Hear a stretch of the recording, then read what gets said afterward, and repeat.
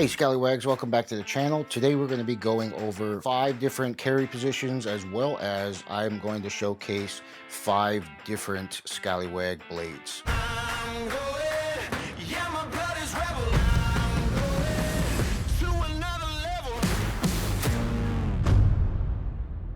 If you are going to be carrying a utility folder for personal protection, always understand that the difference between your utility folder and your fighting blade is the fact that a utility folder is going to have 2 actions at a minimum before you can actually deploy it for personal protection. Since everybody that is watching, I am assuming, is a law-abiding citizen, you are probably going to be in an ambush scenario. So you're going to have to do something unarmed to defend against that attack. Then you're going to be able to access the blade that's on you when you have a momentary lapse in time. This could be a second, it could be milliseconds, it doesn't really matter, but you have a pause where you feel like you can access your weapon. Just keep that in mind as I start to do all of these different things. I'm going to show you how to deploy the blade, as well as feature the Skallywag folders that are on me. The very first position that we're going to talk about is strong side pocket. So I have a blade here. Then you have your weak side pocket. One that's not as common is right behind the belt buckle. Right here is something that we kind of advocate. And then because it's a utility blade, I find that it's very, very common for someone to take that utility folder and place it into, say, like a rear pocket like this, or a rear pocket here. For our strong side draw, what happens is you are bracing yourself. Now, this can be from standing, it can be on the ground. Remember, you don't get to choose the fight, you just get to be in it. So if you are grounded, then you're still going to have to be able to access it. What happens is I take both hands, I reach over, and then I'm going to draw this into my hand. Now, the blade that I have in my hand now is the Wahoo. Nice slick folder, utility folder, has an axis lock. But when I draw this into my hand, I'm going to take my thumb and first finger, grabbing upon the thumb stud here, and open this up until the lock engages. Now, from this placement, I'm going to place my hand right over the top of it, and then for whatever reason that I drew this, I'm gonna, engage from there.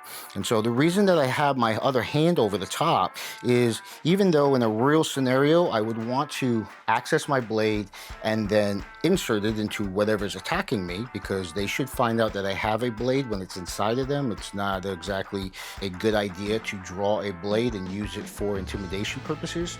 Even though that is probably the primary way that I'm gonna utilize this, sometimes when I draw the blade, it might be in a scenario where they see it coming, and when that happens, they're going to try to grab the arm that is holding onto the blade. So in this case, it would be my right hand. And so with my hand over the top of it, I can stop them from grabbing that. I can intercept that. In turn, I can deflect and then cut. If I open this blade like this and my arm is exposed and they were to grab my wrist, then I have to use my other arm to grab, parry, or push them off. I'm just one step behind. So the whole thought process here is that when I access this from my strong side pocket, both hands go over the top, both hands open at the same time, and now I'm here protecting my blade for weapons retention purposes. If you were to do it from the opposite side, so I have a blade here, the Mako, into this position, I would draw this into my hand, and what I do is I feed this, because I'm right-handed, and then I just grab the thumb stud here. Now, the good thing about the Mako is there is a large piece of the blade that is kind of up the spine that allows you to grab. So in a personal protection scenario, I can grab both, open this up, and now from this position, I have a good utility blade that would be excellent to utilize or cut my way out of a self-defense scenario. But once again, this is an axis lock, just like the previous one. Larger profile here. The choil itself is larger. I'm going to do a video on that as to why you need to be concerned about that. That is the Mako. Now, the next area that we would consider is not strong side or weak side pocket, because as my shirt kind of like rolls like this, you'll start to see the clip. All right, and so you don't want to really give away the fact that you have this, especially if this is going to be for personal protection. But behind the belt buckle, where the belt buckle would be, is an excellent place to place a folder because it is higher on your waist and they're not going to really see the clip itself.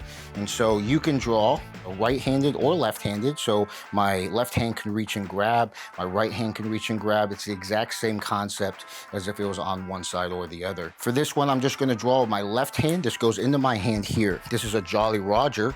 I take my ring finger, I open this up. It does allow me to immediately go into a nice ice pick grip. Maybe I place the palm of my hand behind this to frame, and it allows me to start to drive into whatever I'm going to use it for. This Jolly Roger here does have a different type of lock. So there has a frame lock on the inside.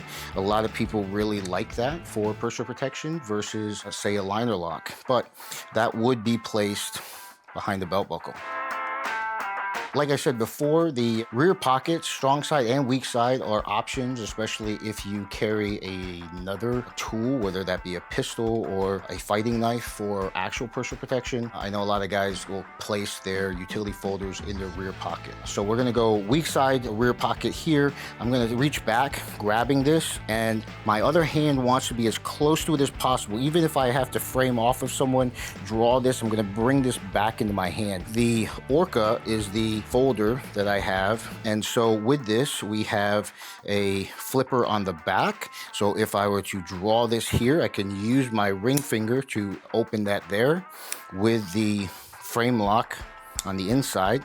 Or if I were to open this into my hand and feed it, I can use the thumb stud itself to pop that open and start to work. You'll notice that with the Orca itself, it has a half serration on the blade itself there. Excellent utility blade. You'll notice it has a spring action, immediately locks it up and allows you to go to work on whatever boxes are attacking you. The last blade that we're going to focus on is the mini jack.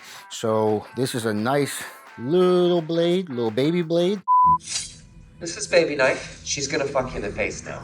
What happens is the clip itself is it's in a reverse position. So when I actually draw this out of my pocket, it's going to land in my hand like this. Now you can use the thumb studs themselves to open up, and that is probably the best way to do that. You also have a flipper here that can be applied.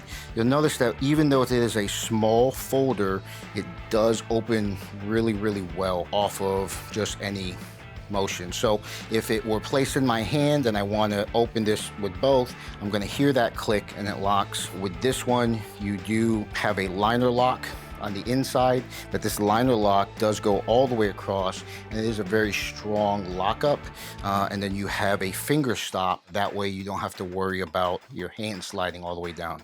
Now, one of the things about the mini jack is this is an excellent, cheaper folder. Even though it is a utility folder, I have given many of these out as kind of like stocking stuffers. It is a really good first blade. It is sharp, but it's not too much. And if you have somebody that you are just trying to test out to see if they're going to carry something on a regular basis, this is definitely an excellent folder to take a look at. I've probably given out about 30 or 40 of these things.